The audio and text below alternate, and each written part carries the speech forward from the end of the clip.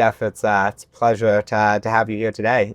Yeah, thanks for coming into the van. It's a great spot. It's a great spot. To quickly introduce, we have Jeff Toporek, a friend, founder of his own real estate company, an athlete, and a father, and someone who's very thoughtful about life and what it means to live a good life. So I really, really appreciate it and excited for the conversation. Yeah, thanks for having me. Absolutely. I think it prepared as you reach into people's souls. So hopefully not too far. I guess going to the beginning, thinking about your childhood, you've often spoken about how being first generation American is a superpower for you. Mhm.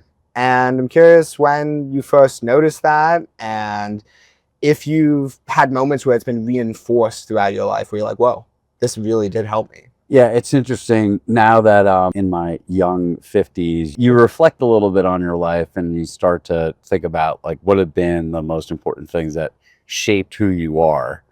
And one thing that's been very clear is being first generation American, was something that was very different than, a lot of people that I encounter, whether it's in business or, it was in school or whatever. And I didn't realize it was something I was very embarrassed about growing up. Was that a money embarrassment or? It was a combination of things. It was a socioeconomic one where there was a clear differentiation between how I grew up and a lot of very affluent people, but my parents made the conscious decision of being in a school district that gave us access to a great public school education because they didn't have an education.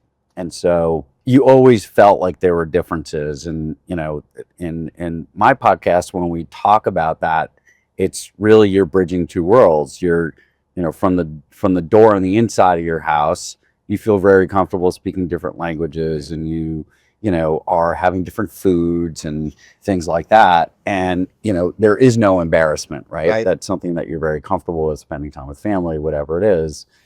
And once you cross through that door, you're in America. And so you then have to bridge that gap of like, I am different now. And so it became more apparent to me that I was different in middle school when people were going on like lavish vacations and we were going skiing in my dad's van, which I didn't know any better. I loved doing that, but now we've got a great van. Yeah, well, who knew? Like you'd be careful what things you didn't realize growing up how great they were. And so my dad built his vans. I was fortunate enough to be able to buy one and not have to build it. We built the windows. Yeah, exactly. There you go. And so, middle school was really like the first time I noticed that I was different. High school, it persisted. One of my best friends is actually, has an Israeli background. He had a very different experience. Like he really embraced being different and people embraced him. And I saw that, and he made me start to feel less embarrassed by it. It's funny looking back on it, when we wanted to talk about other people or whatever it was and have our own language, like we were able to speak, Hebrew to each other. Right. And, it was awesome. And people loved going to his house because his mother would, make great food, and he was never embarrassed by it. He was like, this is who I am. And that started to make me feel more comfortable to embrace it. And I wasn't just alone because one of our other friends was like that. And then in college, you're just surrounded by people from totally different backgrounds. And you really start to realize, wait a minute, it's actually okay to be different. And being different is defined by many things, not just being first generation American, but, there are people from, all different walks of life. Sure. People that worked in, their parents worked in factories. Like I went to Michigan, and so, one of my roommates, his dad worked in a Ford factory, another worked at the Kraft factory. And so it very much made me feel more comfortable and less isolated. How do you get from acceptance to ownership? And this is something I'm really proud of. Not only is it okay, but I love this about me and it will help me in life. It was probably, in my young to mid 20s when I started to realize that I gravitated toward working with people that came from somewhat of a similar background. that didn't come from money, didn't come from entitlement. And that just, I was able to find more of those people, and that's generally where I headed. So my first job when I was at JP Morgan, I was definitely surrounded by people that came from money, but also people that were from different countries and then came here to study. And, it started to feel okay. And I really gravitated toward those people. And then when I worked at Eastdil, there were some that came from money. And then there was the others that their parents were blue collar, and I just really gravitated toward them. Right. And so that work ethic and, it just felt more like home to me. So I started to really feel like I could find ways to embrace it and really be okay with it on the inside and say, wow, like this really is a great attribute, and working hard and being diligent and doing whatever it takes to, really learn and advance in life, and know that you could basically live very modestly if you needed to. It's like Benjamin Franklin, when he started making some money, he slept on the floor for 3 days and ate just rice. He's like, whatever happens, I'll be okay. That's right. Well, it's funny. I tell people this story all the time. When I was at Eastdil, I was doing really well. I was one of the youngest partners, ever at the firm in its history. And then I had the idea of starting our firm, and we had just bought a house, we had just had a kid, and I remember saying to Stacy, this could be the biggest train wreck ever, and I don't know if I should do this or not. And her response was, I grew up in a 2-bedroom apartment in Queens. So long as we have each other, I'm super happy. Wow. Going back to that, and I believe in you. And, it's daunting when you hear that, because it's like, wait a minute, this person actually believes that I'm going to succeed, and you have all these doubts. More than you did. Oh, yeah. Oh, yeah. Because you don't know. I don't know what I'm doing. Right. Do you feel that originally there was a drive to prove yourself in some way, or it was a money drive? What do you think was the thing that... It was always a drive, to not just be successful, but to also like I didn't have a safety net. Right. And so, when you're living your life without a safety net, you really have to know that success is, you have to have the monetary success if you want to raise a family. But there was also this, drive to just really live your life to your full potential. And so, whatever that means to somebody. And that definitely came from, just watching my father. He constantly evolved. He was an electrical engineer, and then when alarms came out, he figured out how to do that. And he always evolved with where the world was going. When computers came out, the internet came out, he constantly evolved. And because he always saw that as his potential. He was a huge reader. I really never was, but he really valued education, and he believed in, he was very self-taught. One thing that struck me in your journey in terms of evolving was, in an early age, you spoke about how sports really provided an outlet where money didn't matter and you fit in. Yeah, totally. And then you got injured. Yep. And I'd be curious to hear, it sounded like you lost a piece of your identity. For almost a decade.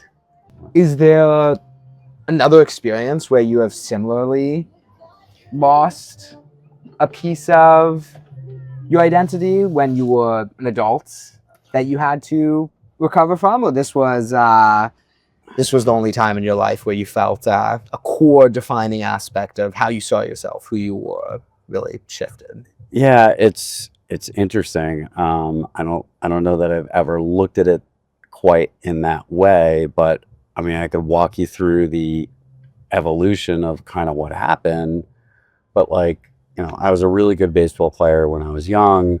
I got hurt, and everything I knew about myself was tied to baseball. Mm. And when I lost that, I was a pitcher, so like that drug of dominating, even on days where I didn't have my best stuff. What was that though? What was that feeling? Oh God, it's a feeling of just like absolute control and being able to like, you feel like you're in this video game and you're like writing the code. You're You're totally not guiding playing the destiny. game. You are moving the pieces the way you want them moved. And to have that level of control and being able to do whatever you wanted to do with a ball to get the other person out was just a level of control I had never experienced before. Wow. I didn't have to ask anyone for guidance. I just studied the game and I just knew how to get people out. Even if I wasn't the best physically talented, mentally, that's where I knew like, wow, I don't need anyone's help here. And is that power? That control? It's Like, is that incredibly powerful? So it's a feeling of being powerful. Yeah, feeling of being powerful. Like domination is a great word. Control. Have you searched for that in other areas of life? I mean, if it was so cool and so that's where I was going to get to. Like, I didn't have my identity literally from 7th grade until going through college. I got a lot of guidance of like, okay, you need to do this, you need to do that, and I kept checking the boxes, but I never had really a tremendous passion for any of them. So I got into a good school, I got a good job at a college, and none of those things made me happy. And you're feeling kind of powerless going along. Totally powerless and overwhelmed and constantly feeling like I'm drowning and not, I'm barely getting to the surface level to get some air. And that's a very overwhelming feeling that lasts a very long time. So from the age of 13, now we're talking about till I was 21, 22. Wow. In some ways, so much harder to lose it than to never have it. To know what it feels like. It's really interesting because those who've never had that kind of drug, I actually feel terrible for them because you cannot buy it. You cannot you cannot experience it unless you've been able to do it yourself. And that's where it's like I have these conversations with young people all the time. Like, you have to do something you're passionate about to just experience that drug, even if it's a moment in time. Find your power. Find your passion. And so, when I was 21 and I was at JP Morgan, I finally realized I need to take control of my life. I need to find something that I can, it doesn't have to be a full replacement of that drug, but I at least need to know that it could potentially be out there. Is there a moment you're like sitting at home on the bed and you're like, oh, I knew. Oh yeah. I'd been writing a journal in college and I started to turn it into a book. And so I started sort of living the process. And, I would come home after work and I'd write the book. And my brother had a restaurant at the time. I was helping him. So I had all these things going on. I felt incredibly productive. And then the moment I decided that that's what I was going to do, it was actually the snowstorm of 1996. And I caught the last train from Manhattan to Valley Stream on Long Island. And when I got there, all the cabs stopped working. And I'm looking at banks of snow that's probably 10 feet high. Wow. And I remember walking from the train station and it was flurrying. There was not a car on the road. And it's probably like a 3-mile walk. My parents had no idea it was coming, except for the fact I was interviewed coming off the train by Eyewitness News. The only crazy man out here. Yeah, it's the only crazy man out here, exactly. So I walked all the way to my parents' house and, rang the doorbell. And I realized that, right before I got on the train, that the only person who could understand what I was going through was actually going to be my father. Because to tell your family, like, hey, I've got no safety net, I'm going to go quit a job at JP Morgan. A dream job for many people. Exactly. And I have nothing and I'll figure it out was pretty hard. So brave. Yeah. Some people would say, whoa, is he crazy? What's going on? Like, I'm sure you got a lot of pushback. Yeah, actually, my brother and sister were not very supportive. They, they thought I was crazy, especially not having anything lined up. And I was like, no, I cannot do this anymore. I cannot go through the doors anymore. And my dad immediately, 'cause one thing I realized when I interviewed him was that he's just never had any fear. I mean, he just always bet on himself, and I always had fear of failure.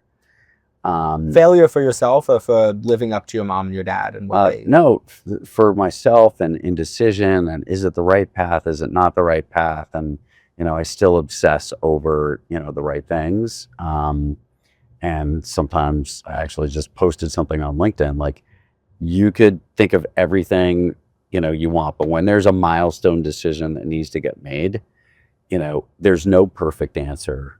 And at the end of the day, you have to pick a path, and either path you pick, at least it's a step forward.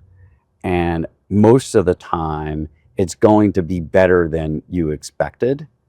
And, you've just got to pick one, because you can't stay on the same path. There is a fork. And it's not easy. Decision literally means the killing of everything else. That's right. That's exactly right. That's hard. So, making a decision, especially veering from the natural path, the easy path, takes a lot of courage. Yeah. So when I left there, when you sort of jump into the unknown, my dad was starting a business. I started helping him. But so you come home, you tell him, I'm leaving my job. Yeah. And he says, I actually had him read my book up until that point. And he really understood it. And he said, absolutely, you should leave. Wow. No questions asked. And he was starting a business at that point, and I had offered to help him. And so we did that. It was a computer business. And we did that for, it wasn't even 6 weeks. And I remember sitting down and writing, here are all the things that I would want in a job. And I remember them to this day. I want to be able to travel. I want to be able to write. I want to be able to do some mathematical analysis. And I want to be able to do something that has some creativity to it. You're 21 to get to that point.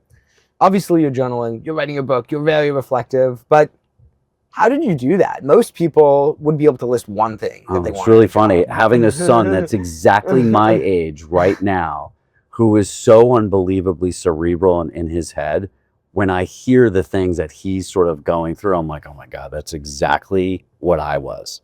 And so like Stacy and the rest of the family will look at him like, oh my God, he has to get out of his head. I'm like, I know what he's going through. Like, that was me. You're obsessive about, like, I need to figure out a path. I need to figure out, what am I good at?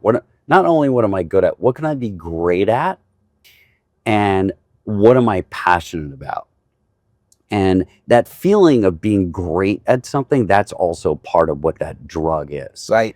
That feeling of just elation of like, wow, I really did something that's not just good. It's not a B, it's like an A plus. And I can do anything. Yes. Yeah. Okay, like so I installed a hot water, Insta-Hot, which in my wildest dreams, I never thought I'd be able to do. I did that yesterday. I can't do that for sure. Well, you can. But that's something like I would have called my dad. I'm like, oh my God, you need to walk me through it. But, as you go through life, you start to figure some things out. So he reads the book. You work with him for 6 weeks. And then my brother's on the phone with one of his friends that's looking for an analyst in real estate. And I was like, wait a minute. So what do you do in this job? Well, you have to travel to go see buildings.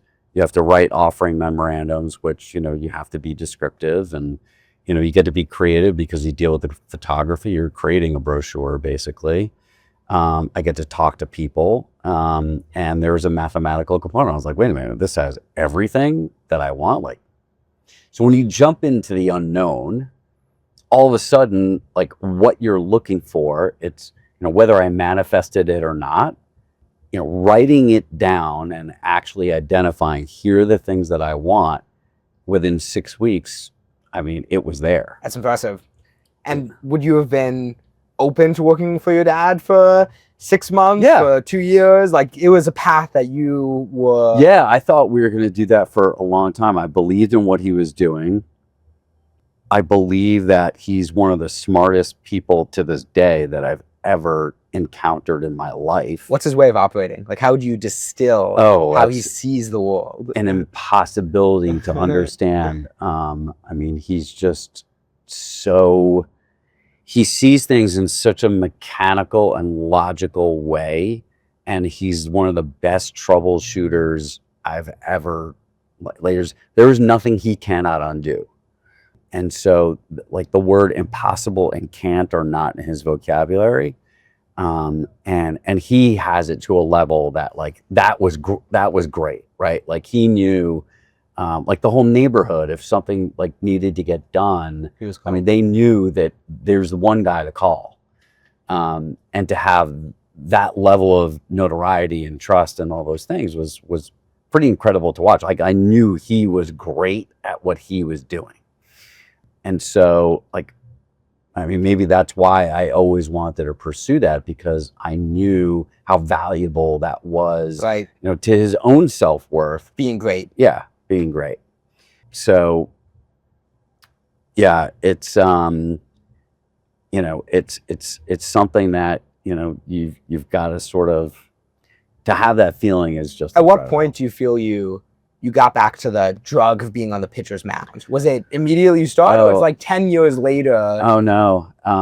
So when I got to Eastville, you know, it was 20 people. I was one of 3 analysts. I knew nothing. I'm like reading the software manual on how to run the mathematical analysis. And, you know, they just sort of threw me into stuff. And I remember I was touring, you know, really, you know, well-known real estate investor. We were selling the Four Seasons in Philadelphia. And the one thing they taught me in the first week was, if you don't know the answer to something, never just give them a you know, a false answer. Write down the question, tell them that you'll get back to them. And I was like, okay. My God, every question they asked me, I had no idea what the answer was. And I'm writing furiously. And I finally just looked at it and I said, I'm so sorry, I don't know the answers to this stuff. And he's like, you know, how long have you, you know, been there? And I'm like, I literally have been here like 1 week. And he's like, oh, you're doing great. Like, you get us, you know, the answers, like, we're good. Like, and Right. so it really gave me this opportunity, like, wow, that was like so accepting of that person, which, you know, a lot of people in real estate were like that. They're sort of rooting for the younger people to actually be successful. Right. And I had experiences like that across the board, as long as you were working hard and trying to figure it out. So I was drowning again in probably the first year, but I decided it was a conscious decision. This is something I could be good at, and I'm going to immerse myself. So what did I do? During the day, I sat in one of the MD's offices. His name was Wayne Magan. I sat in his office from 9 a.m. until he left for the train at 7. And then I would work from 7 until midnight till 2 in the morning doing the work. And I did that for probably 2 straight years. Wow. And it was interesting. They promoted me very quickly because of that work ethic. And I knew I had that in me from, you know, 1, playing baseball, but 2, like, you know, first generation American, like, you know, that's a characteristic you have. You know how to work. Right. And so I did that for a long time. It was different because, like, when I was at JP Morgan, I worked a lot of hours, but it wasn't like that. I wasn't immersing myself. And that's really what it was. I was immersing myself, trying to understand every single nugget. And then there was a very pivotal moment. Like, I had gained a lot of knowledge. We were on like a plane, and it was just 5 of us on the plane. And Ben Lambert, who was the chairman and one of the founders of the firm, we're done with the presentation. We're flying back, and he comes over to me and he says, you know, so are you in the game? And I was like, what do you mean? What game? He's like, you understand this is a game, right? And there are all these different players in the game, and here's what your role is. Like, you got to be in the game.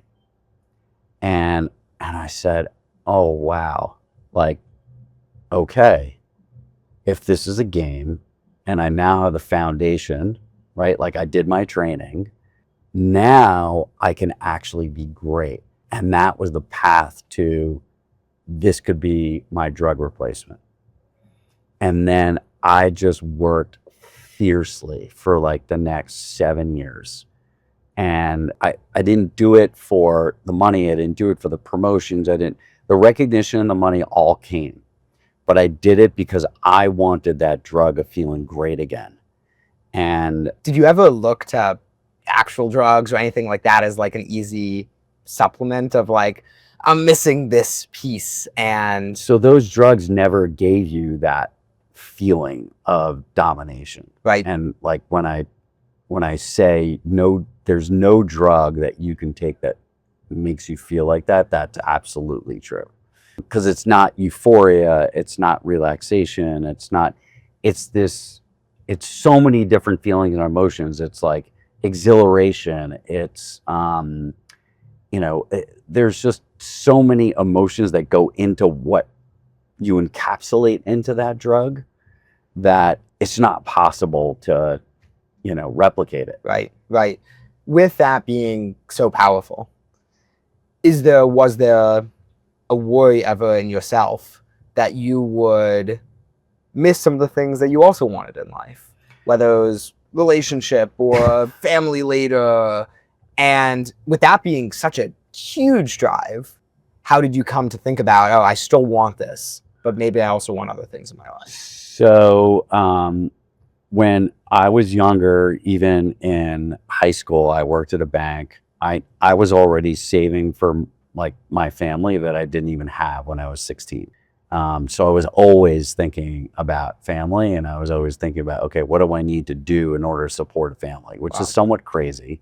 So like when my friends would be like lifeguards at the beach, I was wearing a suit working in a bank at 16. Right. And so every summer I did stuff like that. So I knew I was always doing things that weren't necessarily fun, but gave me the experience I needed in order to get to where I wanted to go. And that was really to provide for my unborn family. Wow. Because I knew that was really important. I also remember at 20 years old, exactly like my son Max's age, standing at the front of my parents' driveway. I was getting picked up to go out and just looking at their house and saying, how am I ever going to do this? Like, how am I going to like buy cars and buy a home and, buy food and send them to college? Like, it was so overwhelming. And I was just like, okay, like I'm going to have a different path. It's not going to be as fun, but that's what I'm going to go do. But what I will say is this, like there are certain things that I've decided that were very important in my life that I was going to give that same intensity and focus and passion to as, kind of my work career was family too. And Stacy and I got very lucky. We met when she was very young. I was 4.5 years older than her. But, we had the same core values. She wanted to raise a family. It was really important to her, and, all those same things. And so she's a very driven person. And, the fact that we're able to, pour ourselves into raising a family as much as we were, career. And then she did a lot of like the, kid raising, but having 3 boys, there's a lot of like father responsibility, Sure. When it comes to sports and it comes to like raising a man and all those things. And so I felt like it was very important to do that. And there was a pivotal moment too, where, my mentor, Wayne, he always regretted that he didn't get to spend as much time with his older girls. And so he ended up retiring earlier because his younger son was still in high school. And he said, I want to be able to enjoy that time. And there was a period right before that when I was going to go take another leap and start the company, where I had to have a conversation with him. Like, hey, we have this idea. Should I stay here or should I go do it? And he's like, look, if you go do it, you'll be able to control spending time with your family. Right. And no, that's, you can't put dollar signs on that. And if you stay here, you're not going to be able to control your life. You're going to be working really hard for a really long time that is never going to let up. And so when I thought about that, I said, yeah, there's a risk here, but the benefit that I get is I get to really see my kids grow up. I get to decide where I'm going to work. And I had control over it. Sure, there were certain things I couldn't control, but for the most part, I got to control time. And time is, looking back on my life, time is the most valuable thing that you have. All the materialistic things, don't matter. Your time, your experiences, your memories, those are the things that matter. Just going full loop on the drug, on the excellence in sport identity. Do you feel you ever lost that identity again, or once found? No, I think once found, you realize. Now, have I ever been able to replicate what that drug was? No, but did it get close? Yeah. The other thing is that even when it's close, you realize that when you don't feel that anymore, even if it's something you've been doing for a long time, it becomes painfully obvious. And you start to look for other things of like, okay, what else is out there that I am going to be more passionate about to fill that void? Podcasting. Everyone check it out. First Gen American. Yeah. Jeff Toporek. Podcasting is definitely one of them. I get a lot out of it. I learn a ton. I've learned about my own background. I've learned about other people's backgrounds, like just incredible stories. And, there are a couple of books that I want to write. And, I think mentoring young people is a really important thing that I want to spend more time doing. Just tracing, I guess, thinking about your own journey, confidence in yourself. Sounds like there were some ups and downs. And for mentoring and for young people, I think a lot of people struggle with that sense of self. How did you come to your confidence? What do you think were the key sources? And was it later in life, once you achieved some success in your career? Was it ever evolving? Was it you were 15, you went on a date? You're really not going to like my answer. It's not a destination you ever arrive at. There are fleeting moments of time where you feel like you have absolute confidence and conviction. And then what's scary is the moment you feel like it's slipping, you're like, oh my God, how did it go away?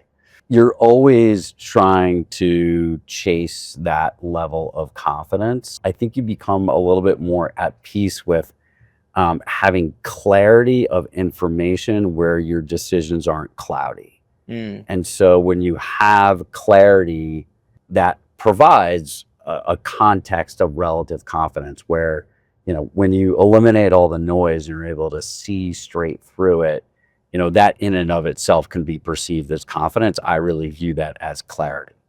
And so, I look, the last couple of months, I can't say I've been super confident about my decision-making on certain things, but do I have clarity? Yes, I have clarity. So but humility isn't a lack of you could say love of the self and it will work out piece of confidence. Yeah, I don't think I'm wired that way. I don't think I'm wired with, it's always going to work out. I'm wired with, here's how it could go wrong, right? And how do I mitigate all the risks so that doesn't happen? I'm not an upside chaser. I'm very much, when you hear the story of the tortoise and the hare, like, I am just going to be the slower plodding along. I'm not going to have the huge ups and downs. So when you think about preventing the lowest downs for your kids, what do you want to give them, equip them, share with them ideas, lessons, stories, principles to help them avoid some of those points in life? It's funny, or to make it through, because you can't avoid it. Stacy and I decided a long time ago that we weren't going to sugarcoat things for our kids. We were going to be transparent with them with everything that was going on, whether it's in the world, in the home, whatever, and frankly about themselves. Where, like, look, if you want something that's great, here's kind of what it takes to do that. And I think that's really important, where, they can have, and they do have, very open dialogue with us all the time about what their thought process is. What's an example where you give that criticism or pushback of like, it's a little harder than you might think, where maybe you act as that, here's the real world perspective? It's really funny because I could give you examples where they've shattered whatever I thought it is that they, that was possible, right? So, like our younger son, Noah, is like, oh, I want to get a drum set for my birthday. I'm going to play the drums. I'm like, I've tried playing musical instruments. It's really, really hard. And I'm like, oh man, Noah, it's such a big set. Like, it's going to take up so much space, going to be so loud. And he's like, yeah, but I really want it. I'm like, fine. So we go get it. I put it together. I don't know, 3 days goes by, and I'm in a room right above where we set up the drum set, and I hear him playing, and I'm like, wow, that is really good. And so when you give someone the framework of confidence, where they even sort of throw it in your face of, no, you've shown me I can do whatever it is that I set my mind to, and your own kid is throwing it in your face when you shed doubt on it, you're like, that's a big checkpoint. And so, like, he's learned how to play the bass guitar, he's learned how to play the lead guitar, he's learned how to do all these things completely on his own. And so, like with my older son, Jake, where, it was like, okay, I want to play baseball in college. And it's like, okay, we go through that whole recruiting process. He gets an opportunity. He plays his first year. He's better than what we thought. And I'm like, oh my God, like, he's pitching and he's a Division I baseball player. Like, this is insane. Playing against teams like Vanderbilt and, like crazy teams. And, then that year he ends up getting hurt. And it's like, okay, you're in the doctor's office, and, the doctor asks, like, why do you want to get the surgery? And he's like, because I want to go pro.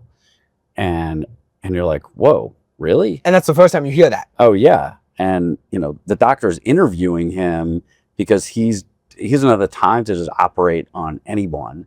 Like, he's only going to operate on people that want to do that. And I was like, oh my God, he didn't even flinch. And he has the surgery, he comes back, he has a fine year coming back after that. But then, before the end of last season, he's like, I really want to be great. And I was like, okay, well, you have the physicality. It's going to be all up in your mind now. Like, you've got to train your mind that you're going to. So he really went on this path. And, last summer he had a great summer. This year, he went undefeated, and, got all these different awards and, these records, and to watch him, like, he says the words, I want to go do these things. And then he, like, not only achieves them, but achieves them in a way, it's like, wait a minute, like, you're so far exceeded, like, anything that was even in the purview of my own mind. So you start to learn a lot from your kids, and even, even Max, who's been through, double hip surgeries, and he got baseball stripped away from him. But he already reformed what his identity was going to be well before that. And whatever he's gone through, he's using that, to find his passion. So, helping guide our kids to, like, what are you passionate about? And don't worry about the money comes. That has been the number one thing. So your life, your parents, your kids, it's all emblematic of the possible. Yep. If you were to choose a moment in your life or something that you're currently striving over, is there something for you that you feel symbolizes for you when you think of the possible? It's the fact that this happened.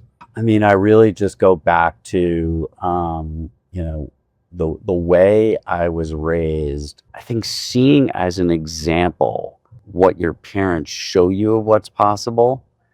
Like, they came here on a boat with $50 in their pocket, and our son went to school in Staten Island, so I would take the ferry, and you pass the route right in front of the Statue of Liberty, right where they came in.